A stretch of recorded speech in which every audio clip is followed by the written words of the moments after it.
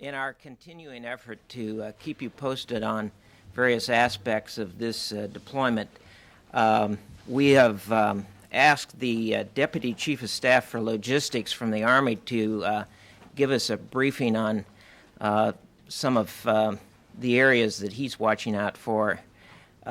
So today I'm very pleased to be able to introduce Lieutenant General Johnnie Wilson, who has a little bit of a presentation to go through to update you on some of the interesting aspects of the logistics side of this operation.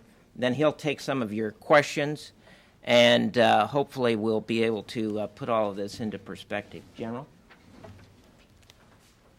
Thank you very much. How many of you were here yesterday afternoon? Good, because I understand you all had a discussion about whether or not the world was flat, and I don't understand all of that. I guess the Surgeon General was in. I'm Johnnie Wilson, of course. I'm the Army's Deputy Chief of Staff for Logistics, and in that capacity, I have the responsibility for the Army's overall logistics plans, policies, and concepts, as well as for international logistics. Now, when you look at this contingency that's ongoing, my job and a number of my people are with me here this afternoon is to help and support, because the commanders on the ground have put together the plan. We will not second guess them. We will not get in their way and interfere, but we will assist them in accelerating the requirements that they need to sustain and support the soldiers in the field. I've got about 4 or 5 charts. I'm going to run through them very informally, and I would ask you as we move downstream these particular charts, if you have a question, let's just go ahead and talk to them, please. A number of you have probably been over to visit already, I suspect, so in that regard, I'm at a disadvantage. I've not been over in the box. But using from a geographic standpoint, looking at Kaiserslautern here, and I use K-Town because our routes, we have 3 road routes leaving out of K-Town. Up here you see going into Vilsek, Prague, coming down, Budapest, Pécs, into Tuzla. And then the second route here in the middle. Main supply routes, here's the third one here. And then, of course, the rail route, again, using K-Town as our base. You can see coming here, coming into Pécs, and then, of course, coming down to Tuzla. And then, as you know about this location, is where the bridge was put in a couple days ago, and I suspect we'll have the second bridge in by 16 or 19 January sort of timeline. Who would have thought that we would have encountered probably the worst winter that they've had in many years? I personally, and I know all of America, is extremely proud of looking at the young men and women who braved the elements out there to put that platform in. And then the creativity that they showed by using that Chinook to lift them pontoons and put them in. I think that's just tremendous. Now, as we work our way out of the winter, hopefully this is what the weather will be like in that location, as best as I can determine based upon the information that's been given to us. Getting back to the road routes, from K-Town by ground about 925 miles, 22 hours. By rail, about 854 miles in 72 hours. Now, the challenge for us in the logistics area, in fact, has been the infrastructure. By in-state, again, the number hadn't changed. I think it's been about 32,000 consistently.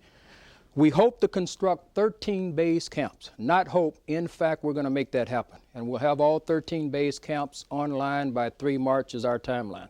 2 bridge sites, again, 1 site is already in. The second one should be in, I hope, between 16 and 19 January. We've had some challenges with the roads, the rail, bridges, and, of course, the mines. I think working with the warring factions, they have been able to provide us a tremendous amount of data in terms of where those minefields were laid out. Now, there are probably some areas we have not been able to get precise data because of the factions changing sides very rapidly. But I think that we've been very pleased with the support we've received to date. Next chart.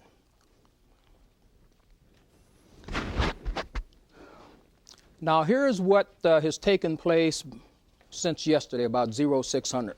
About 964 sorties, aircraft. Moved about 9,100 passengers, 21,000 short tons. Air Force has done a tremendous job for us. And part of that fleet has been the C-17. What a marvelous aircraft. If you all have not had the chance to fly on that or to go down and see it, you really should do that. I've been lucky enough to fly it from Andrews to Charleston.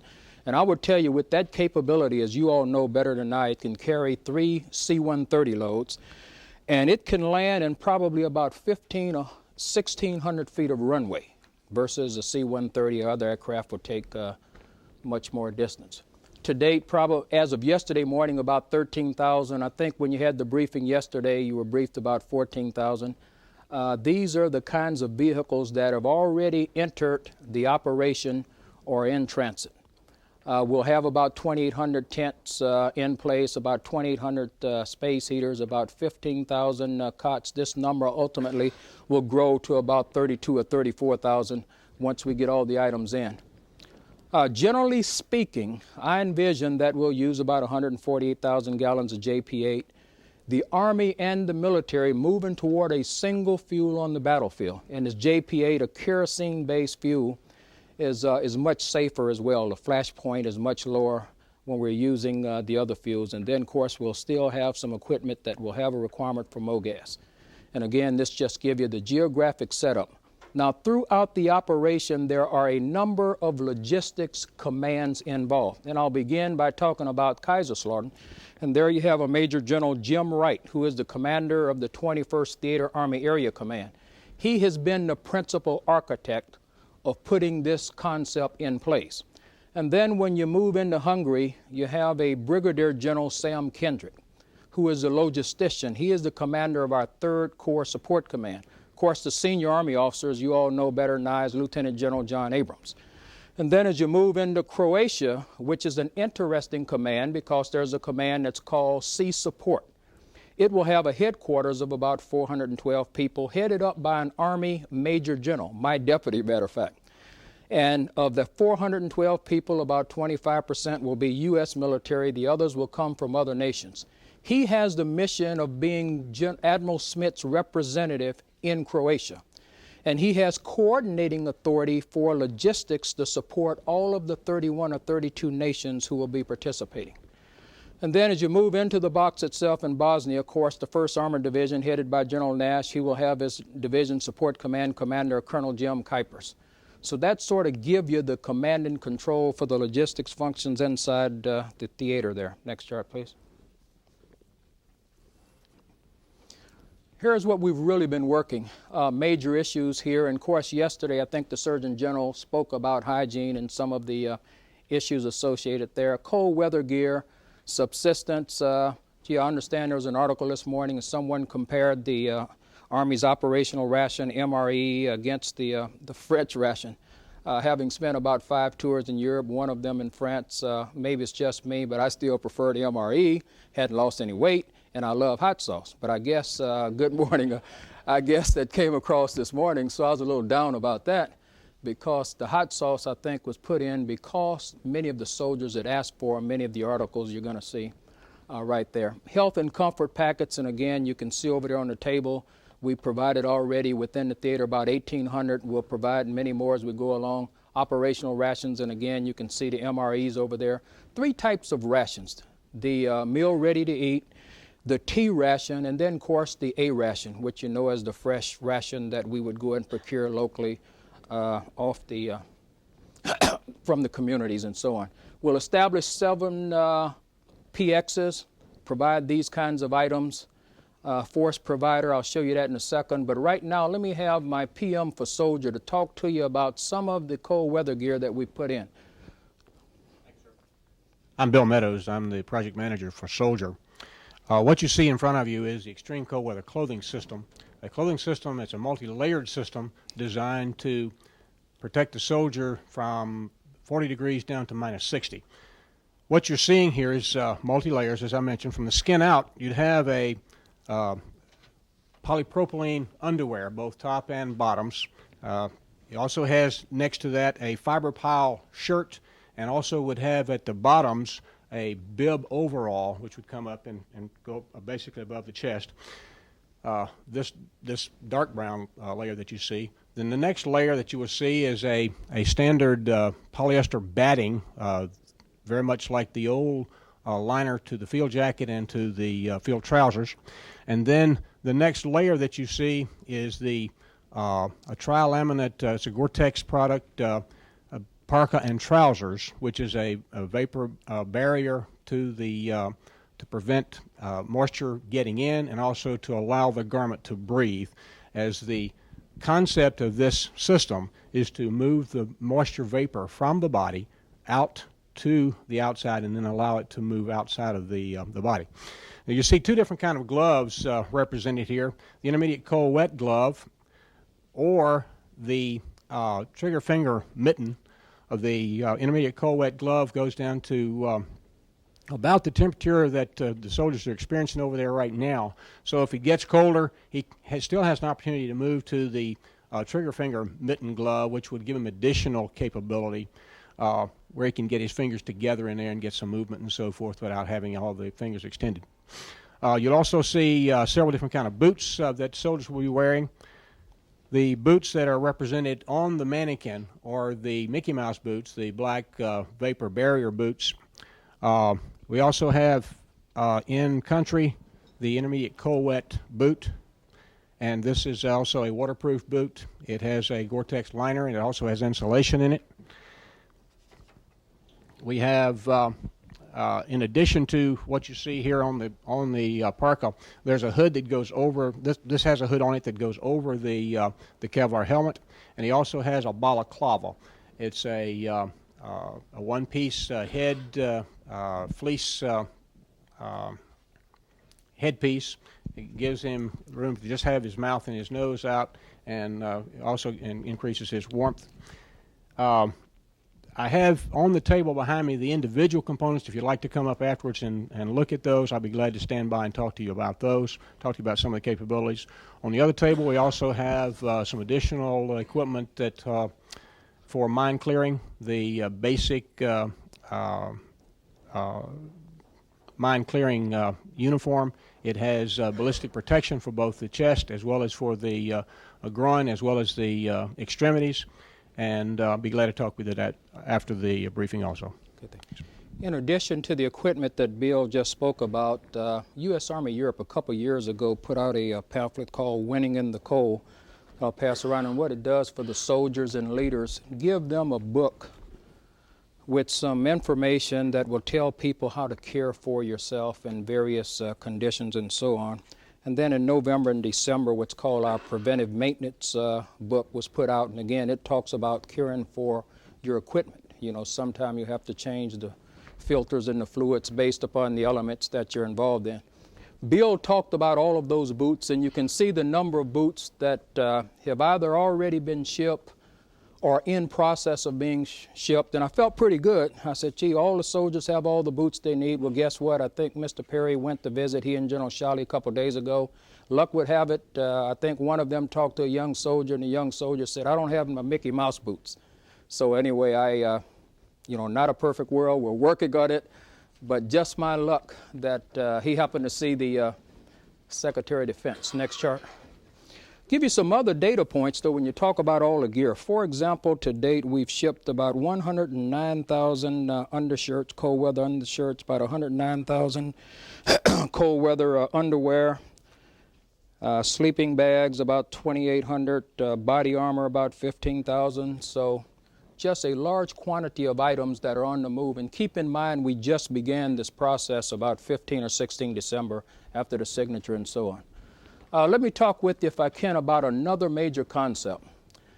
We often talk about the total Army. For me, the total Army means active, reserve components, civilians, and the contractors. So as we came out of the desert, we talked about how you take all those components and maximize them. Well, one of the issues is to use the Logistics Civil Augmentation Program. And you all have been writing about this program. For example, in 1992, we signed a competitive contract with Brown and Root, and we used them in Somalia. So at many of the base camps we had in Somalia, we had the civilian company that put in place the base camps and were responsible for housekeeping and fueling vehicles and so on. We used them in Rwanda, and right now today we have a small element of Brown and Root in Haiti.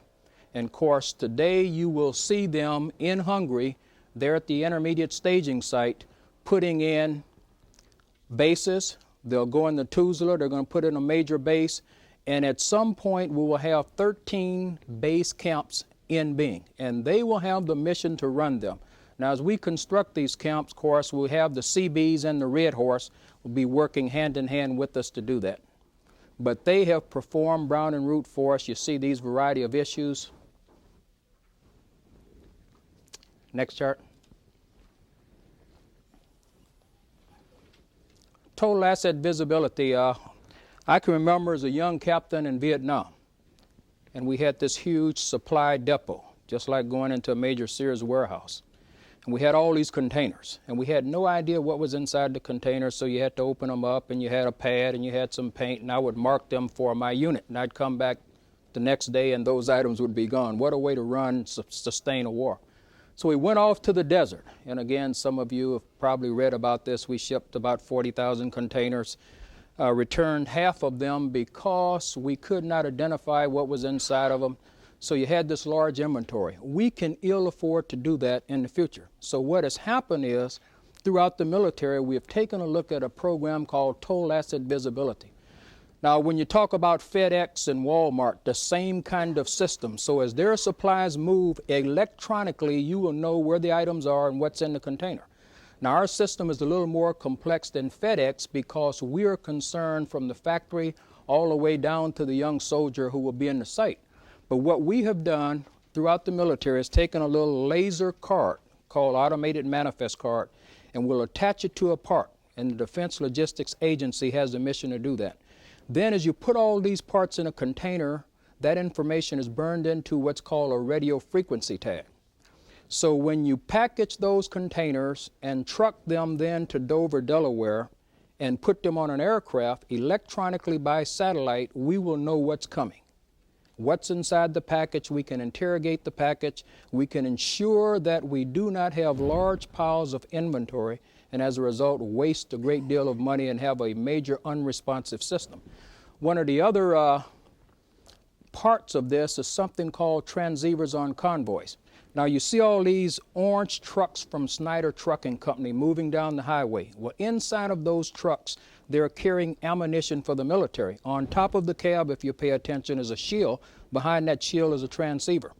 So anytime that vehicle moves, again, it is linked electronically back to a station so that if they have a breakdown, if someone stops them, he has a button he can push and people will know exactly where he or she is located. About a week ago, one of our convoys moving on the routes got up here in Hungary and had a little accident. Right away, the young soldier was able to communicate all the way back into Kaiserslautern. So General Wright in his operations center knew that at this location, I had a little problem. If it had not have been for that, I understand that it may have taken us about a day to find out exactly where they were and what had happened. So all of this is being operated, and we're using a satellite that's based out of Paris. These little nodes here will give you an idea of what these interrogators look like, and those are fixed items that, again, electronically, as you move the parts, they're linked to these interrogators. In turn, those interrogators are linked to satellites. So you'll know what's coming in. You then have a commander on the ground, the ability to divert based upon your requirements. And again, if you look at Walmart, anytime something moves, they know exactly where it is. I went up and spent a day with Sears, and even though Sears has a good system, they too are beginning to look at what the U.S. military is trying to put in place. So the commercial applications that you see day in and day out, the military has not been standing still, and in fact, we are adopting the same kinds of things. Next chart, please. Where's my force provider? Okay. Let me, I meant to talk to this one earlier. Let me show you this force provider. I think you all are familiar. The Air Force has a system that's called Harvest Bear and Harvest Falcon. The Navy has a system that's called a land-based contingency set. The Army version is force provider. This complex here, a module, will support about 550 soldiers. We have shipped 6 of these modules from Sierra Army Depot, went by ship into Rotterdam, by ground into Hungary. And right now, 2 of those sets are on the move to be installed within the next 10 days. Within the next 3 weeks, we will have all 6 installed. Now, our intent is to take our soldiers and rotate them through this complex because these are complexes that afford these kinds of support. And again, keep in mind, we're going to have about 20,000 people in the box, and we're only going to have 6 of these in place. Now, for me to procure, we really need a total of 36. The Army only has 13 in its inventory. I've got 6 uploaded on prepositioned ships, 1 down in Gitmo when we're supporting the operation down there. These cost about $6 million a copy, so I need some help. So when you're over in the Hill, please say that we need to help soldiers. And Wilson from the Army would like for y'all to bail us out. We have these items programmed in our POM, but again, it's something that we need to accelerate. As we construct these, now Brown and Root will have the mission to run all of these operations, fuel the generators, take care of the treatment sites, all the latrines, the billeting, run the facilities, and so on.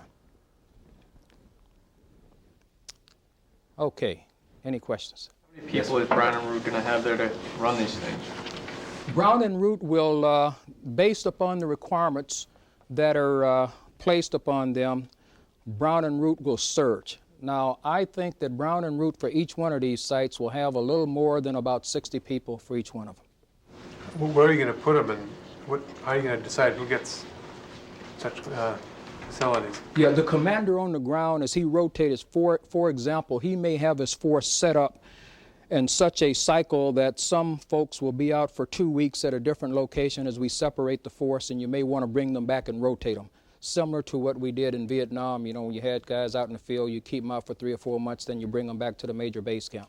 So we will leave this up to the commander on the ground because keep in mind, you've only got the capacity. I've only got 6 of these. So and again, I think they'll only be in and out of there 4 or 5 days at a time. This will be in Tuzla then? It'll be in a total of 3 locations. Yes, we will have 4 of them will be in Tuzla again. Yes. Yes, sir. Obviously, Operation Desert Storm was a larger logistics operation, but how does the challenge of this logistics operation compare to Desert Storm? Is it harder in some ways? It is harder in some ways. Keep in mind, we went into Desert Storm and you had this huge landmass, so to speak. Now keep in mind, and you watched us on TV for about a week as we just tried to get the bridge across to move the heavy items. So that's been tougher. Keep in mind, we're going into countries now, and you're talking about respecting their sovereignty, Hungary, Croatia, and Bosnia. Well, when we went in, there was an immediate threat in Desert Shield, Desert Storm, and I think about everything we asked for was available. In this particular case, there's a lot of negotiation that's ongoing and so on, and that's why I can't give you the precise sites where we're going to put these up because for 4 of them, in fact, the negotiation is still ongoing with the real estate people. I guess what I'm asking is just very simply, is this tougher or easier than Desert Storm? Much smaller. We have learned quite a bit logistically from Desert Shield, Desert Storm. So in that regard, I would say it's easier. My people will probably shoot me, but I would say it's easier. They're back there. Yes, sir. Could you describe in a general way how the overall logistics operation is going? Could you give it a grade? Where to be? Right now, it's saying we're maturing. Keep in mind, we just began moving items about 15 December, so we've got a B- now. And have you gotten any requests, or are you doing any planning to provide some type of logistics supports for the Russian contingent that may be in? Let me just say that we have not received any formal requirement. It is something, in fact, we've sat around the table and just talked about. At the outset, it was mentioned that all the nations would come and be self-sufficient in terms of logistics. But on the other hand, I think you have to do some prudent planning. So a couple of us have sat around the table just to say what if. But right now, I've not received, sir, any formal requests from anyone. What Yes, contractors do you have there besides Brown and Root? There are, where's my contracting guy? There are many more contractors there who are doing other kinds of functions.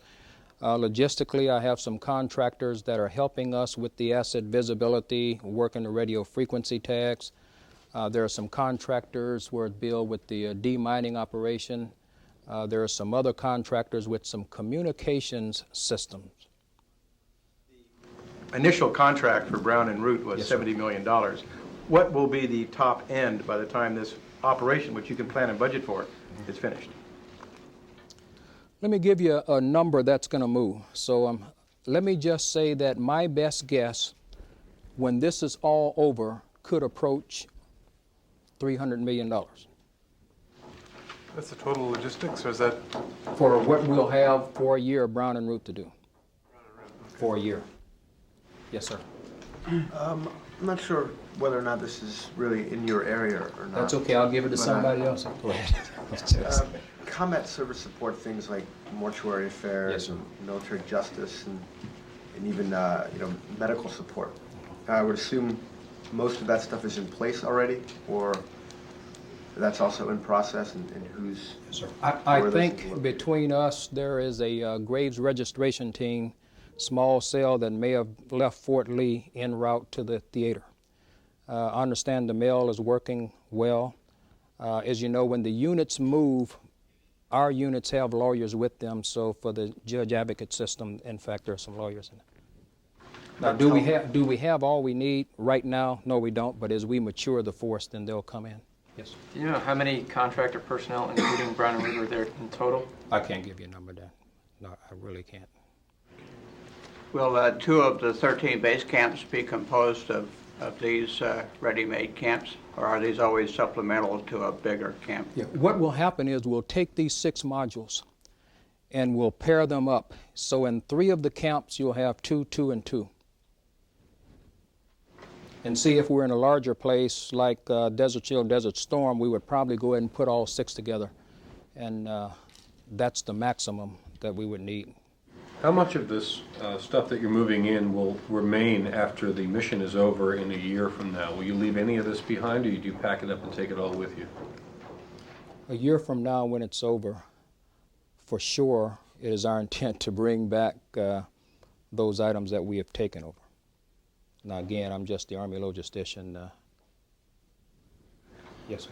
From a force provider point of view, can the Army provide logistically for 2 MRCs and still do this? What percentage of your total log capability is this of taking?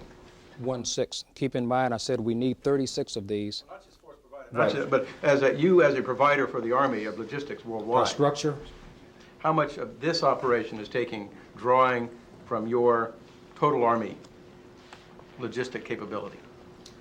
it is for sure placed a requirement on us. I believe, as I look at what we have done and how we've planned this, that if in fact an MRC would break out tomorrow, we can sustain that. 75 days later, we can prepare for the second one as we bring up all the reserve components. For me, the Army Combat Service Support structure, about 62 to 68% of it is in the reserve component. So we would very early on, I suspect, call up the reserve components. I would need to do that. There are some key units, transportation, POL, and so on. So right now, yes, to run this operation, it's a little challenge, but right now at this point in time, we can still go ahead and support the 2 MRCs, watching it very carefully. The other thing you see Brown and Root gives to us. Now, if we didn't have Brown and Root, the number of people that we just talked about would be uniformed people. So Brown and Root provides a capability to augment the force that we have. And again, it's worked well. And the other contractors that he just asked me how many we have, a lot of contractors in there performing a variety of missions. I'm unsure. Yes, sir. One of the things that's different about this operation from others is that you're going in and you're renting buildings and renting real estate and that sort of thing, as opposed to just taking it. Can you describe any, how do you deal with that as opposed to, coming in as an invading army? And are you changing the local economy at all as a result? I'm not sure that, and not that I'm picking with you, the term invading army is the right one. I think the people are very happy to see us come in. But that's as opposed to an operation where Sure. you would come in as a... Keep in mind now, here you're coming into a country and you would like to have the real estate to put all of this in place. So it has to take time to sit and talk to the people about, we would like to lease your land for a year, 10 months, whatever the duration. And some of those discussions are still ongoing. That's why I can't give you a precise time when we're going to have all 6 in place. So you have that challenge. Unlike going into the desert, I think everything we needed was readily available, or even going into another country, or Vietnam and so on. Do you see real estate inflation? Yeah, you're going to see that. Yes, sir. Sure, and all the operations that we've had recently, to include Desert Shield, Desert Storm, there was rentals for our operation included. Even in Haiti, there were rental negotiations before we, Brown and Root would access facilities. Would you say that this laser tag radio frequency tracking system is the biggest innovation in logistics since the Gulf War? For me, this is the radio frequency tag I was talking about, omnidirectional, 128,000 K. So as you go ahead with the machine, and we use the term burn all this information in and begin to use this. Let me tell you what this means to you all as a taxpayer. This huge inventory of items you would see at many of our exercises with real-time situational awareness of what's available and where it is now, you can cut the pipeline down significantly. So this is a major initiative for us, and we continue to work it because not only are we working it within the Army, but the end game has to be a system that all of the services can access. So as we work our way through this, there are some challenges. For example, we were pretty happy and we sent 1,000 of these over to Europe about 6 months ago. Well, the frequency that's already programmed here, 4399, conflicted with the German government. We sent some over to Korea, put the system in, the same thing happened. And then again, I have to make sure, since the Army is the executive agent for the defense system, that I get all the other services to sign up. And then the protocol and the architecture has to be so that it's seamless.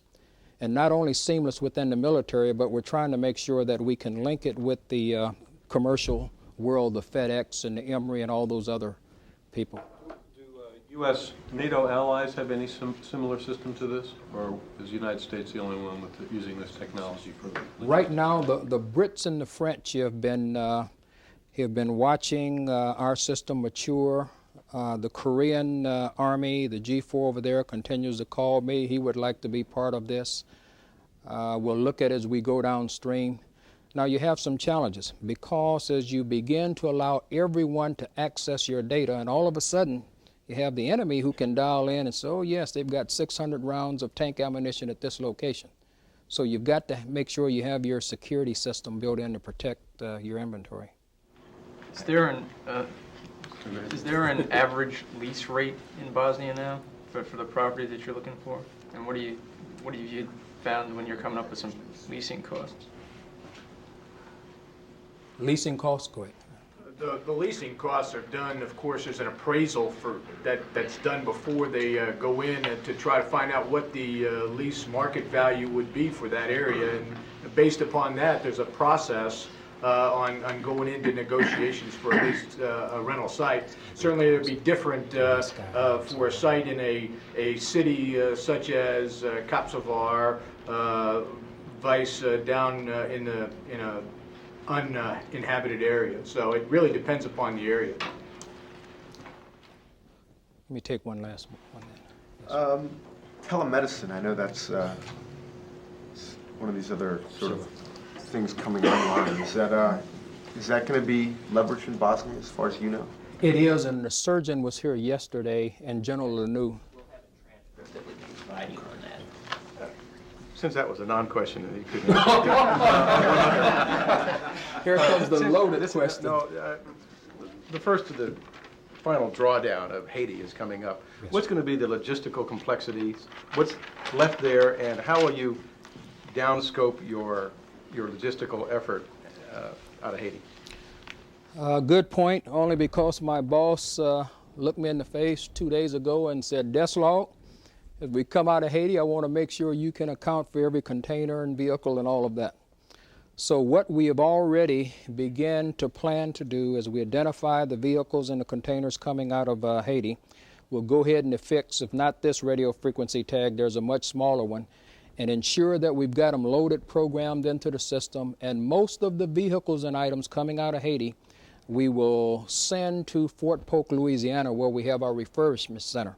And when we came out of Somalia, a number of our items came back to Fort Polk as well. Because coming out of Haiti, just like Somalia, there will be a significant amount of maintenance work to be accomplished. So we've already begun the plan to come out of Haiti in a timeline. I'm not sure if that's 15 March, but it's fast approaching. One final question. How can we be sure that that young soldier who got you in trouble with the defense secretary won't be subject to any disciplinary action? Oh, no, he's a good guy. Having been a young 17-year-old private, I know how, no. But, you know, you want to make sure that everyone has all of the gear. And I'll be doggone, it seemed to me a few days ago, I was pretty happy because I seen all those items moving. And then I got a call just the other night after the Secretary of Defense had finished visiting that site and said, guess what? You know, what you were bragging about and your fear of Murphy getting in the way, in fact, happened. No, seriously, I appreciate what you all have done. Let me tell you, the press has just been tremendous. I mean, all of the articles you all have published have been very based, I mean, very balanced. And again, I think the young soldiers in the field who get a chance to read that appreciate all of what you all are doing. And those of you that have been over to visit, for them, it's a morale booster. I'll go over maybe in the spring. General Crouch said he didn't want a bunch of generals coming unless they're going to go to work. So I can't go over there just to look. So I'll go over there sometime in the spring. Thank you very much. I appreciate it. You take care of yourself. Have you been over?